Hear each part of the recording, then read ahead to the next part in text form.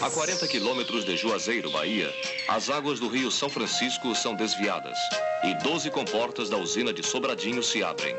O vice-presidente da República, Adalberto Pereira dos Santos, o ministro das Minas e Energia, Shigeaki Ueki, e outras autoridades ouvem exposição do presidente da Eletrobras, Antônio Carlos Magalhães, sobre o projeto de Sobradinho.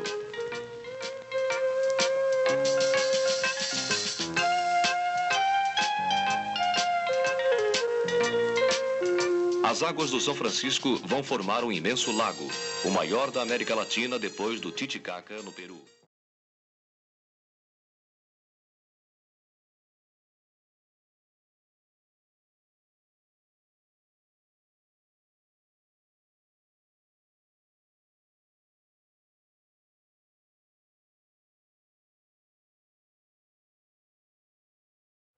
Meu nome é Padre José Daniel Potter. Eu vim dos Estados Unidos, perto de Nova York, para trabalhar aqui no Brasil no ano 1966. Sim. E eu tenho ajuda aqui, viu? Porque eu me esqueço de certas coisas.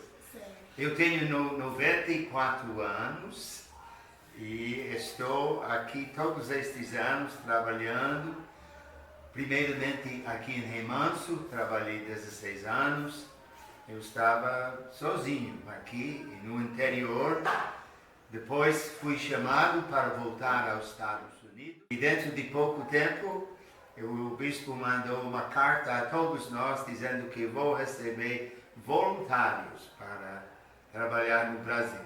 E eu e Padre Edmundo McCall, que morreu 2 anos atrás, né? Aqui, nós chegamos aqui para trabalhar. Né? Quando chegamos, era bem diferente. Não tinha nada aqui em Remanso. Remanso tinha 6.500 pessoas. Né? Era pequeno, na velha cidade. E não tinha luz. E não tinha... Foi bem diferente. Né? E foi muito difícil para mim. Padre Edmundo se adaptou mais facilmente. No início eu disse a Deus, olha Jesus, me mude ou me retire daqui. Então ele me mudou. Mas quando a gente ama, a gente se adapta, não é? Então foi uma bênção aqui. E vendo a bondade do povo e a simplicidade do povo, etc. Então foi uma grande alegria para mim. O Remanso Velho era uma cidadezinha pequena, né, margeada pelo rio, tinha um rio lá. E aí era aquela paisagemzinha de cidade pequena, mas uma cidade boa, hospitaleira como ainda é hoje, né? Embora o progresso tenha trazido muitas coisas boas, alguns problemas, né? Mas é assim, né? Infelizmente a vida é desse jeito. O senhor estava aqui quando receberam a notícia que iriam construir a barragem de Sobradinho, ali em meados de 73. Sim, eu estava aqui. E primeiramente o governo mandou umas pessoas aqui para falar com padre, prefeito, vereadores, para dizer que iam construir uma barragem e que Remanso ia ser inundado. Né? O povo não acreditou. O povo disse que Deus não vai permitir fazer isso. Mas quando eles começaram a fazer, então muita gente se lembrou, Padre Henrique disse que um dia este seria uma casa dos peixes aqui. Padre Henrique foi o padre que estava aqui muito, que construiu a igreja. a linha DIC, né? Chefe, CIA, que é a Companhia Hidrelétrica do São Francisco, né, que foi criada para fazer essa barragem aí. Aí ela contratou outras empresas que fizeram a cidade. Foi a Omega, aí tinha a Empate, que era que mexia com terraplanagem, a Selva Engenharia, que fez o cais, que fizeram também a delegacia, o fórum.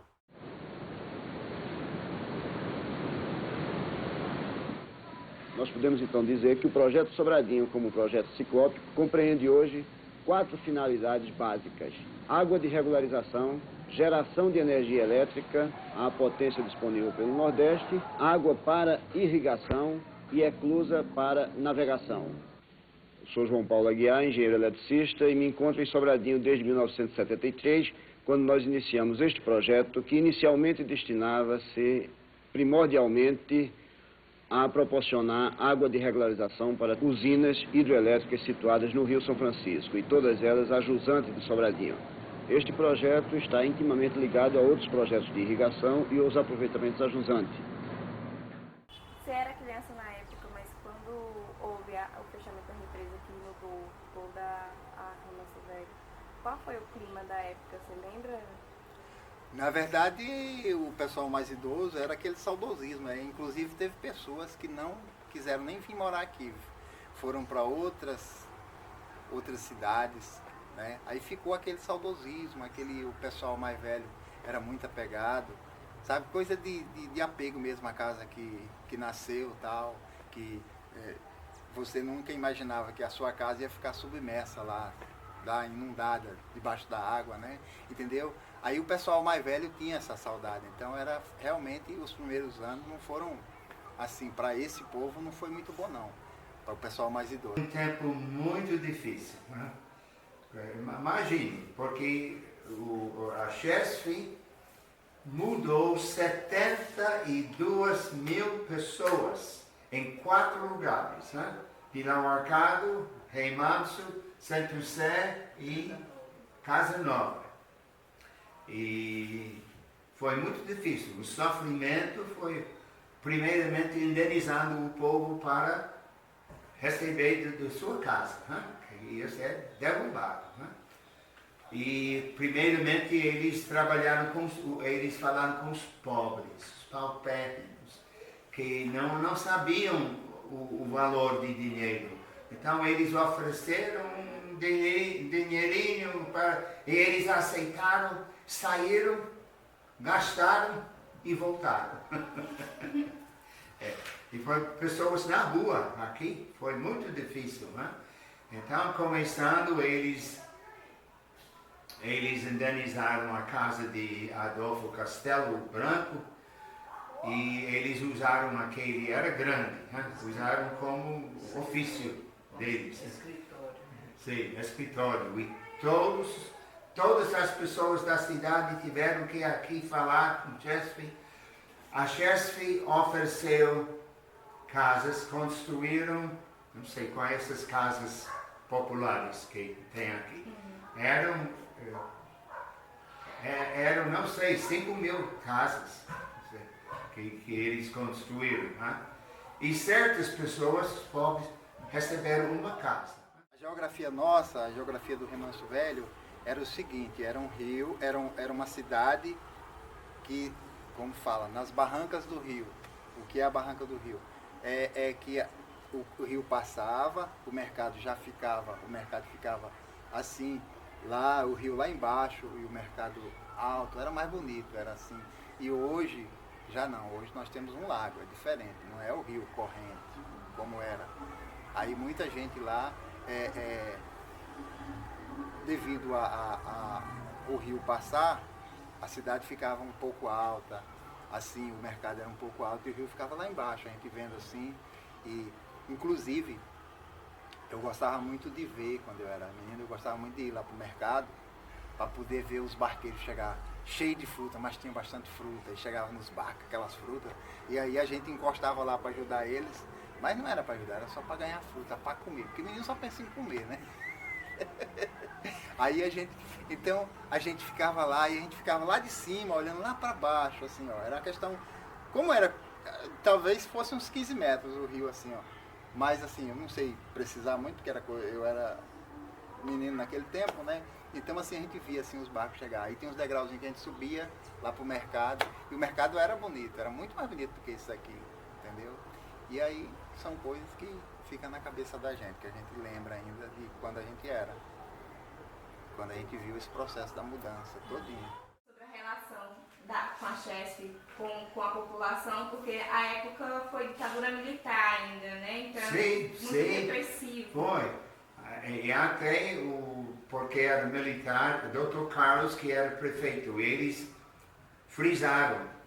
Não tinha eleição. Ele ficou como prefeito vários anos durante esta construção da nova cidade. Né? Então, era muito difícil. E bem, certas pessoas receberam uma casa, era uma bênção. Mas outras pessoas sofreram muito. Né? E nós tivemos que lutar com a Chesf. No início, tínhamos aquela boa relação. Por exemplo, quando chegaram o tempo de mudar para a cidade, ninguém quis ir à nova cidade de 7 quilômetros. Né? Não tinha nada lá, não tinha água encanada. Então, o que eles fizeram, Chesf, pegaram os 7 casais idosos e mandaram e levaram e deixaram lá. E cada dia eu visitava lá. E quando o povo me dizia, padre, estamos aqui. E tinha um ônibus indo todo dia, e de volta. Então eles estavam morando lá, mas poderiam pegar o ônibus para chegar aqui. Mas os idosos era difícil, né? Então eu fui falar com a Chesf, e a Chesf, não foi a Chesf, foi a pessoa, me esqueço, eu não vou mencionar nomes, a agente social que estava trabalhando, né? E ela disse, não, eles pediram chegar aqui, eles quiseram. Então eu fui lá, peguei 3 casais velhos, cheguei aqui com um gravador. E eu entrei lá e o lugar lá estava cheio de pessoas que estavam lá para indenizar, etc. Então eu falei com ela, o agente social lá, que trabalhava na Chesf. Eu disse, eu quero falar com a senhora. Ela disse, eu não falo com gravador. Eu disse, mas eu não falo com gravador. Eu disse, Dona Maria, ela disse que a senhora pediu chegar aqui. Não, padre, ela chorou, não, padre. Eles nos levaram aqui. Seu João, o senhor pediu, não, pedi. Eles levaram a gente lá. O outro também. Foi uma repercussão muito grande. Sim, um grande, todo mundo escutou. Então foi. Finalmente, Chesf mandou um dos líderes de Salvador aqui para pedir perdão. E para prometer que nunca ia continuar. Mas ainda foi necessário fiscalizar e etc. Foi muito difícil naquele tempo. Eles tiveram que fazer os muros de todas as casas, né? Então eles fizeram muros sem colunas. E eu reclamei, eles não são. Então eu fui ao povo, eu empurrei e caiu o muro. Eu disse ao povo, olha, vocês façam isso, porque eles não devem dar a vocês muros assim. Então, até Chesf aceitar. Então, uma vez, Dr. Girão, que era um dos engenheiros que trabalhava aqui, me encontrei com ele na rua. Eu disse, Dr. Girão, esses são fracos. Não, são. Eu disse, olha, empurre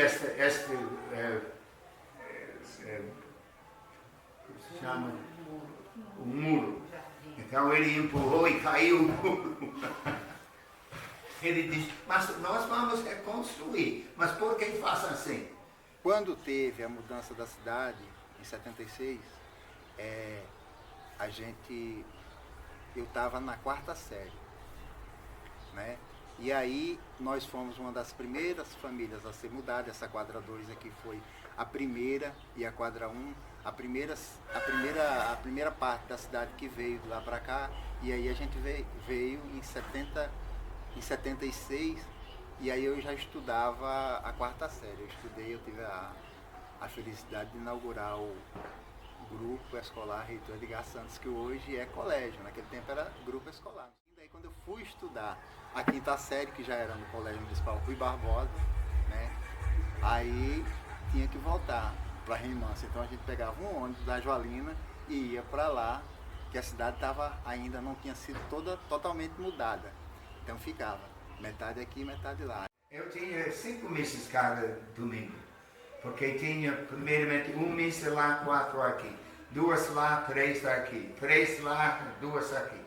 Finalmente, quando eu cheguei para ficar aqui, minha casa não estava pronta. Então eu morei no centro social. Foi uma experiência que poucas pessoas têm. Né?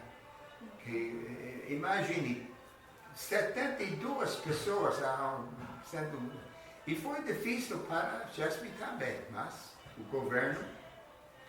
Devido à represa, aí o lago ficou grande, né? Então houve a pesca, né? A pesca se intensificou muito, então vieram muitas pessoas de fora, inclusive pessoas de outros estados vieram para cá, e aqui a gente tem hoje várias famílias que vieram, tanto na construção da cidade, quanto para explorar a pesca. E nos primeiros momentos, aí depois que a barragem foi feita, que foi fechado, que o lago ficou enorme aí com as águas, aí apareceu a pescaria, e teve muita riqueza na pescaria, entendeu? E aí a cidade ajudou a trazer muitas famílias, né? Então, assim a gente, se você andar hoje aqui no Remanso, você ainda vai encontrar muita gente que chegou naquela época, que vieram, que foram pescadores. E como foi a adaptação na Nova Remanso, depois que começou as construções, o pessoal começou a ter casa? Sim, levou um tempinho para o povo, porque o povo mudava, mas nada estava preparado, né?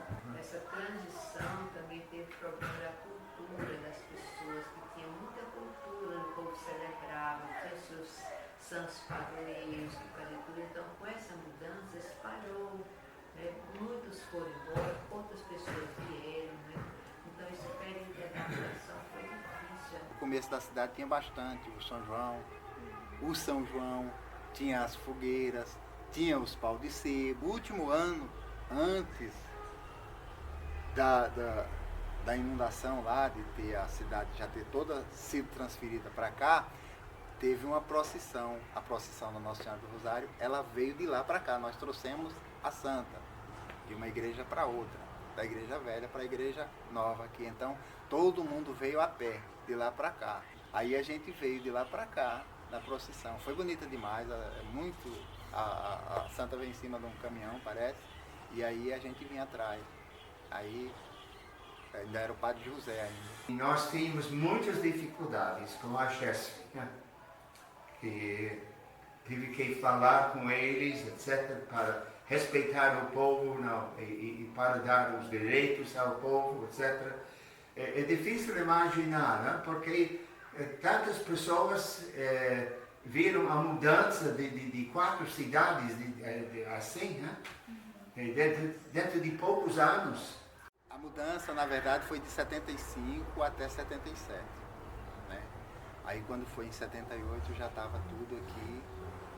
Entre os acertos feitos para a construção da barragem, inclusive com a participação do Banco Mundial, um dos mais importantes foi a transferência de cerca de 65 mil pessoas de uma das regiões mais pobres e mais marginalizadas do país, que habitavam a borda do Rio São Francisco e as áreas que iam ser inundadas.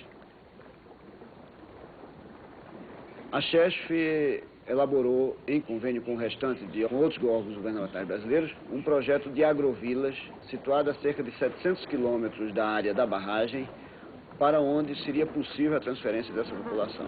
E submeteu ao Banco Mundial esse seu projeto de relocação de populações, que foi aprovado e executado entre os anos de 1975 e 1977.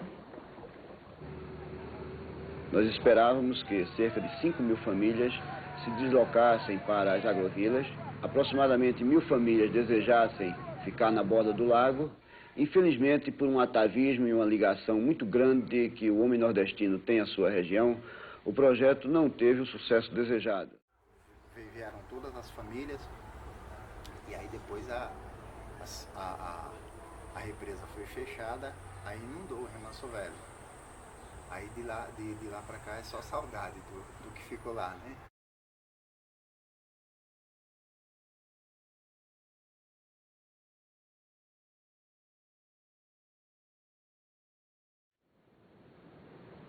Tenho consciência de que o projeto Sobradinho representará um excelente investimento que o Brasil fez para o seu desenvolvimento. Nada se faz sem luta, sem, inclusive, prejudicar ou incomodar algumas pessoas.